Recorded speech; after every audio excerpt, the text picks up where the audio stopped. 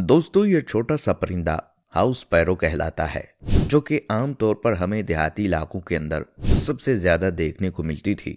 लेकिन अब ऐसा क्या हुआ कि अचानक से ये दिखना बंद हो गई।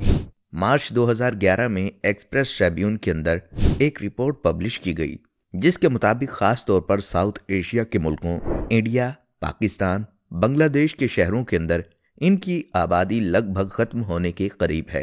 और ये खबर इंतहाई खतरनाक है, क्योंकि अगर ये चिड़ियां हमारे माहौल से गायब हो जाती हैं तो ये बात याद रखें कि इंसानों को ऐसी जानलेवा बीमारियां शुरू होंगी जिसके बारे में हमने आज से पहले सुना भी नहीं, और ना ही उनका इलाज मुमकिन होगा।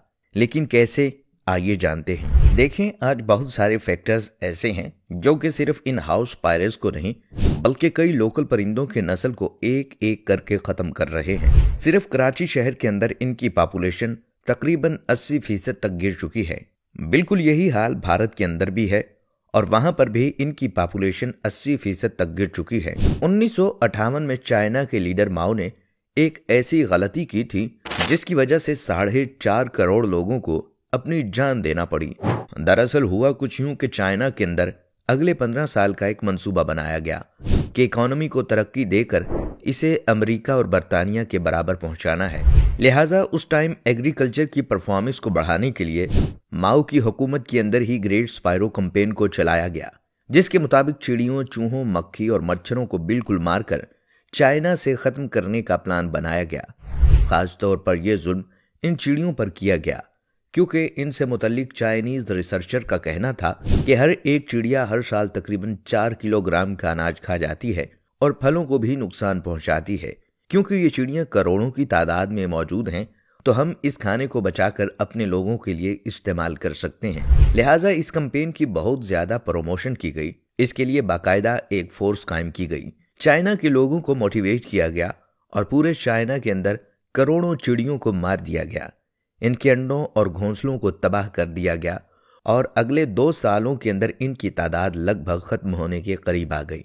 लेकिन ये लोग ये बात भूल गए कि छोटी सी चिड़िया भी इन्वायरमेंट का बैलेंस कायम रखती है, और सिर्फ ये अनाज नहीं बल्कि कीड़े मकोड़ों को भी खा जाती है, जिसकी वजह से इन्वायरमेंट के अंदर इनकी तादाद बैलेंस रहती है।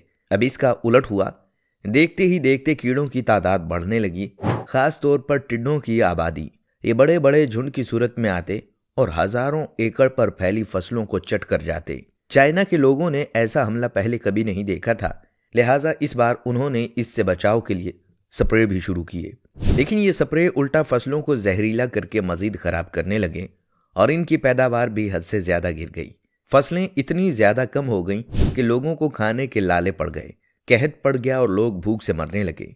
इतनी बुरी हालत हो गई कि लोग सिर्फ मट्टी खाकर गुजारा करने लगे। आखिरकार माओ ने तंग आकर 1960 के अंदर यह प्रोग्राम बंद कर दिया, लेकिन अब तक बहुत देर हो चुकी थी। 1958 से 1961 तक तकरीबन भूख की वजह से 4.5 करोड़ लोग मारे गए, और इसके पीछे सिर्फ और सिर्फ एक छोटी सी गलती थी, और वो ये थी कि परिंदों को मार देना। और इस वक्त बिल्कुल यही हालत हमारे मुल्क की होने वाली है। एक अहम वजह के दरख्तों की कटाई की वजह से होने वाले हर साल टेम्परेचर के अंदर इजाफे की वजह या फिर ग्लोबल वार्मिंग की वजह से ये छोटा सा परिंदा अब मजीद गर्मी और सर्दी को बर्दाश्त नहीं कर पा रहा। शदीद गर्मियों के अंदर लोगों ने अपनी छतों पर पानी तक रखना छोड़ दिया है, जिसकी वजह से ये छोटा सा परिंदा भूख और प्यास की वजह से दम तोड़ रहा है। लेकिन अफसोस कि आज इस बारे में किसी को भी कोई फिक्र नहीं है।